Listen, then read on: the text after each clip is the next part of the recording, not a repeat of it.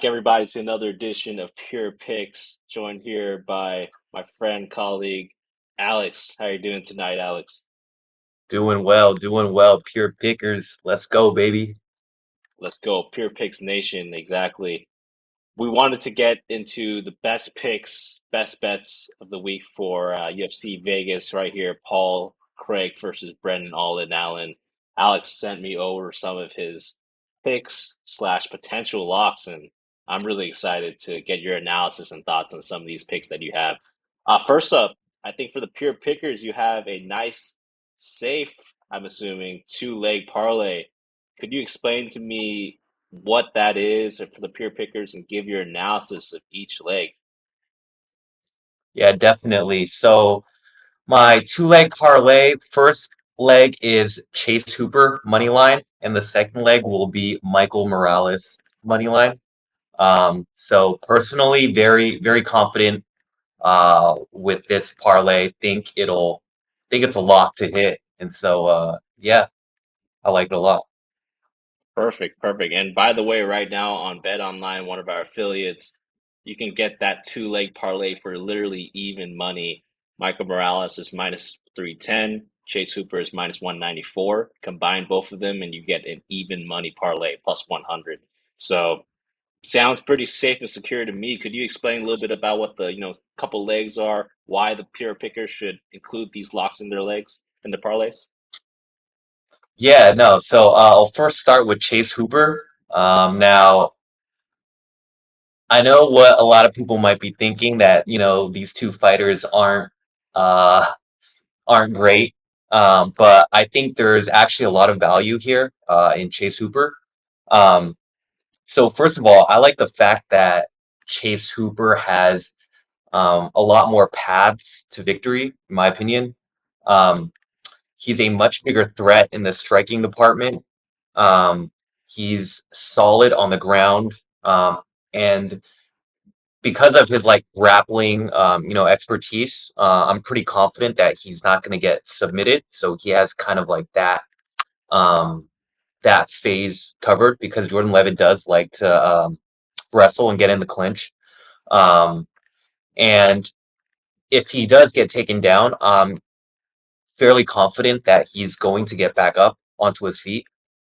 So I like Chase Hooper's paths to victory. I definitely think he has a lot more. Now for Jordan, so I essentially only see one way for him to get the victory, and it's very similar to last week's Pat Sabatini fight, where if Sabatini was going to win, he was going to wet blanket Diego Lopez for 3 rounds, and so that's kind of like the only path to victory that I see for Jordan Levitt is if he kind of just wet blankets um, Chase Hooper, for 3 rounds, which I really don't see happening. Um, Now, in terms of like the actual breakdown, um, Jordan, he loves, as I said, he loves to wrestle, but in the stand up, he loves to utilize his kicks. He loves his front kicks, his teep kicks, like these little side kicks. Um, And if a fighter gets into the pocket against him, or he feels threatened, he will shoot or lunge for a takedown, and get into the clinch. For Chase, even though he's long and rangy, he's hyper aggressive. So he's not the fighter that's going to try and outpoint you and break you down from a distance. He's very long, very rangy, but he goes after you from like the beginning bell. That's like the type of fighter that he is. So basically, when I was breaking down this fight, how I kind of see this fight playing out is that um, once the fight starts, Chase is going to start out super aggressive, go after Jordan Levitt, and he's going to put on the pace and pressure on him. He's going to make him feel really uncomfortable. Now, I do see Jordan Levitt taking down Chase Hooper, a few times, having some success doing that. But like I said, I think Hooper is going to get right back up. He's going to be along the cage. He's going to fight away from that clinch. and he's going to continue putting that pace and pressure. And ultimately, I think that pace and pressure is going to be too much for Levitt to handle. Um, and so when I initially thought about this fight, I was looking at the Trey Ogden fight because, like, Trey Ogden's kind of long and rangy as well, and so I wanted to see how, um, if that strategy would work. If Chase Hooper can just outpoint Jordan Levitt for 3 rounds. Um, I think he can do that, but again, I don't think he will just because of the way Chase Hooper fights. But yeah, I think, another thing is that I thought Chase looked very good in his last fight, moving up to lightweight. I definitely think he's more of a natural lightweight, at least more so than featherweight. And another thing is Chase Hooper is also very young, so he's also constantly, developing his game and adding new stuff. So I'm pretty sure he's going to look better than his last fight. And yeah, I mean, I can see like a lot of paths to victory here for Chase. Like I said, I could see a submission, I could see a KO, I could see decision. But going with the money line bet, and I think it's pretty safe, pretty safe play here. Cool. I mean, yeah, kind of convinced me to go on that side, actually. I mean, I think on the breakdown that I did with Gerard Top G, he, you know, I was leaning towards Monkey King just because I like the dog odds and this kind of jujitsu nerd kind of fight, right? But still, I think that you're right. I think Chase possibly does have more paths to victory, and that's why his odds are like that. I think the price is kind of baked in that sense. He does have more paths to victory and to get that dub. So makes sense. I do like that as a leg, actually. What about your other leg? I know that you had another one, maybe a slightly juicier one in Michael Morales. Could you explain to us why he's a lock? Yeah, I mean, I think this Michael Morales leg is like a giga lock. It's kind of like another set and forget here.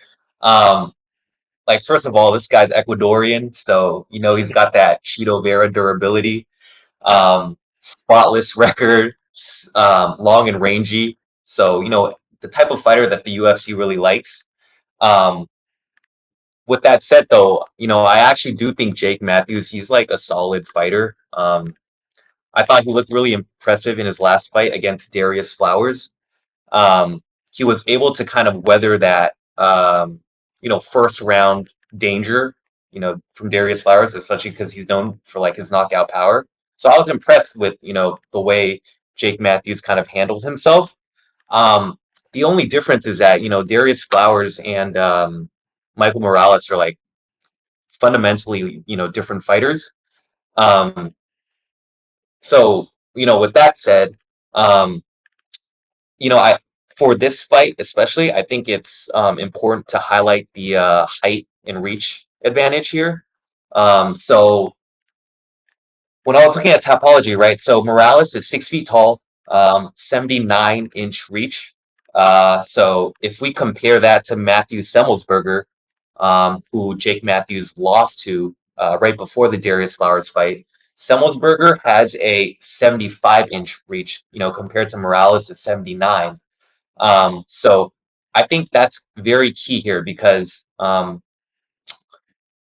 if you watch the Semi the Jedi fight against Jake Matthews, um, Semmelsberger was able to tag Jake Matthews and knock him down with like these powerful rights straight down the pipe. And so, I see the same thing happening here for sure. Is like Morales is way too long and rangy, and he's not going to he doesn't fight like Darius Flowers where it's just one punch power. He's going to play it smart. He's going to play from a range, and I see a knockout here. Um so yeah, I mean, I see the fight playing out exactly the same way as the Semi the Jedi fight. So give me Morales here as a lock. Yep, in total agreement. I think that Michael Morales is going to be in many parlays this weekend. The odds are reflecting that as well. He opened at a minus 300. Not really like too much action. It's just kind of been a standstill, and then recently he's now at minus 310. I believe that he got to as low as like minus 220 in the last like I Yeah. would say couple of days, but then people started to most likely watch a little bit more tape on both of these fighters and hey, push him back into the opening odds where he was rightfully as a 3-1 favorite in my opinion. So in total agreement with you, I think that he's going to be in many people's parlays and also in my parlays as well. Definitely Giga lock for sure. We'd like to lock that one in. So next one after that two leg parlay, which is plus 100, very nice safe parlay that gets you some units. You have another money line play, I believe it's a dog play. Could you explain to us and the peer pickers what kind of underdog action you got this week? Yep. So the underdog pick that I like is Joanderson Brito Hmm. to beat JSP. So I really like this fight just because like when I watch Jonathan Pearce's fights, I look at some of his, last wins, Darren Elkins, Makwan Amirkhani, Christian Rodriguez. Um, they aren't, there's not really like that danger like factor with these fighters. Um, JSP hasn't really fought a killer, someone as aggressive as Joe Anderson Brito. Um, if I look at JSP's last loss to Joe Lauzon, I watched that fight and Joe, he was, putting on the pressure. He was kind of slowly walking him down and he tagged him. And I kind of see the same thing with Joe Anderson Brito. He's going to slowly, I mean, I wouldn't even say slowly. He's going to, from the opening bell, he's another type of fighter that's going to start like hot. He's going to go in there and he's going to put on the pace, put on the pressure, and he hits really, really hard. Now, when I was breaking down Joe Anderson Brito's fight, I right away I noticed the Bill Algeo loss. So in my mind, I was like, okay, he lost to Bill Algeo. Bill Algeo is known to like grind people out. I thought before even watching that fight, I thought Joe Anderson Brito gas is hard. So I was really interested in looking at the second and third rounds for that fight. But to my surprise, like I think his power really does carry over. Like if you watch that Bill Algeo fight, he was still like throwing out heavy punches. He was still dishing out that pace. Although he didn't win, I still think he showed that he can last 3 rounds. And in this fight, if it gets to the second or third round, I still have that comfort that he'll be there. He's not a complete gasser. And so that's why I really like Joe Anderson Brito in this spot. I think he's a good money line play. And I'm glad that you mentioned the never quit factor, right? The toughness, the grit. Those are the type Mhm. of players or fighters that you want to have underdog action on, right? You want to have those people fight for your money, as you will. You don't want people who gas out, who quit at the first sign of adversity, who just don't fight for all three rounds, even if they're down 2-1. Hey, fight for that third round, try to get a finish, try to secure that dub, right? So I'd really like that you went to the tape of that fight of Bill Algeo and Joe Anderson Brito and found that out because that's some really useful information for us, the peer pickers, everybody involved, so we can kind of get some angles and get some action going on. So, really great job in that DD right there. Um, and for the next one, I believe that you had a bone. Oh, actually, just to tell the viewers, the odds right now for Joannis and Brito, I believe that he's plus 110. So he actually opened up at a minus 110 at the pick'em. He got bet Damn. to this is some crazy line movement here, but he got bet to a plus 235 instantly. Damn. And then, yeah, that's some crazy value right there instantly. And now he's settled back into a plus 110. So you're potentially getting some kind of value there because this guy did open as a pick 'em. That's what the bookies saw. And we've been getting some wild fluctuations in terms of the line movement. So he's still a dog money right now. Not a bad stab, in my opinion. I understand your analysis there. Let's go to a bonus pick that you have. This just from the odds the last few days. Maybe this is classified as a rocket ship. Even could you Yeah. explain to the viewers and the peer pickers what's your bonus play right here? So this bonus play is a kind of a system play because this man is Asian. So we Okay. gotta we got to get some action here, you know. The bonus play is Jeka.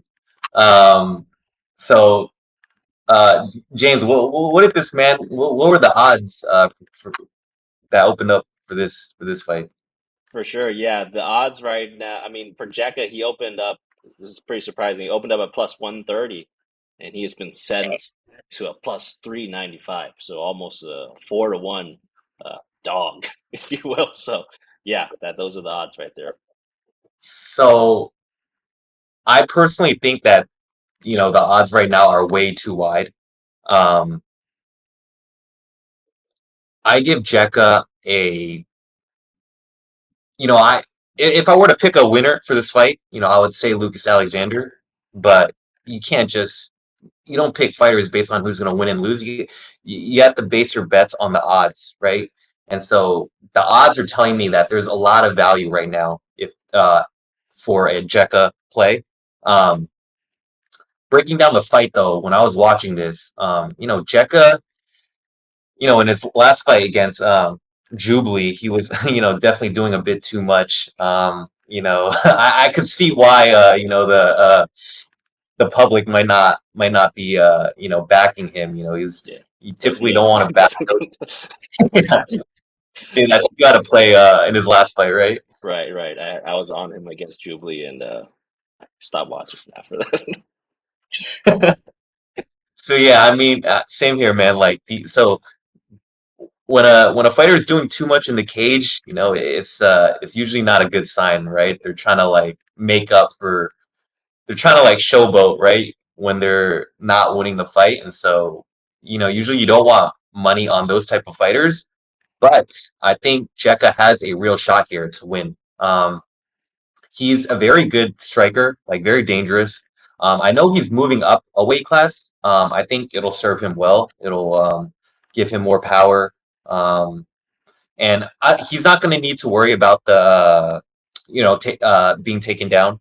Lucas Alexander's not really that type of fighter. He's more of a long rangy type of fighter who wants to maintain distance. So this fight is going to be mainly played out on the feet, and so with Jeka's power, I think he has a real shot of knocking Lucas Alexander out. Um, and yeah, I think at plus 395, like there's a lot of value there, like quarter unit. I think it's a good play. And I want to circle back to a point. I think you did you mean that he was moving down? Because I think he was at 155 and now he's moving down to fight Oh, sorry. Luce at 145. Yeah. Yep. He was definitely way too small Yeah, at that's what lightweight. I was. Yeah, Yeah, I think my that bad, was my bad. the problem because he was getting like you watching that fight with Jubilee, right? Getting Yep. manhandled by this guy who's kind of long. Mauled. So, You so I, got I think this I will probably help in terms of going down a weight and fighting a guy Lucas Alexander who is not as big, not that big as Jubilee, right? At least he's going to be a Yep. smaller guy. So yeah, I Yep. actually think that this weight drop will help Jeka for sure. Yep. Yep. My bad. Yeah, definitely agree. Yeah. Cool, cool. Any other potential plays, rocket ships, gigalocks that just came into your head right now while we're doing this video? Anything that for the pure pickers that they should have on their mind? Yeah, I mean, I think Peyton Talbot is a giga lock, like Ooh, triple giga lock. But I mean, at minus 900, like, yeah, yeah, I don't know. But he's no, this guy's very talented. So look out for him in future events. Like this guy's like a real talented fighter, in my opinion. definitely. Yeah, I was watching just a bit of tape on him, and I'm interested to learn more. He's one of those guys that for some reason there has to be a good reason, right? Because they're putting him in the third slot of the main, actually fourth slot of the main card. So this is like his first literal UFC fight. The last one was a contender series fight, and they're pitting up against Nikigiri. So that's and I think I know what the UFC is trying to do here, and we're all kind of interested to see what he's going to do out there. Awesome. Well, other than that, if that's all you got, I think that these are some great potential plays right here. Definitely would recommend everybody to do your own DD. use our thoughts, use our DD as well to make your own decisions and try to make a profit out for this week because that's what we're here to do, make you guys some profit, get some good plays going. So other than that, best of luck. We'll be back for next week for the breakdown. Just enjoy the fights. I think there's like 13 fights for this fight card this week, so there's going to be a lot of action, a lot of fights to break down, analyze, to watch, and enjoy. So once again, best of luck. Hope you guys have fun out there. Peace out, Pure Pick pick. Nation.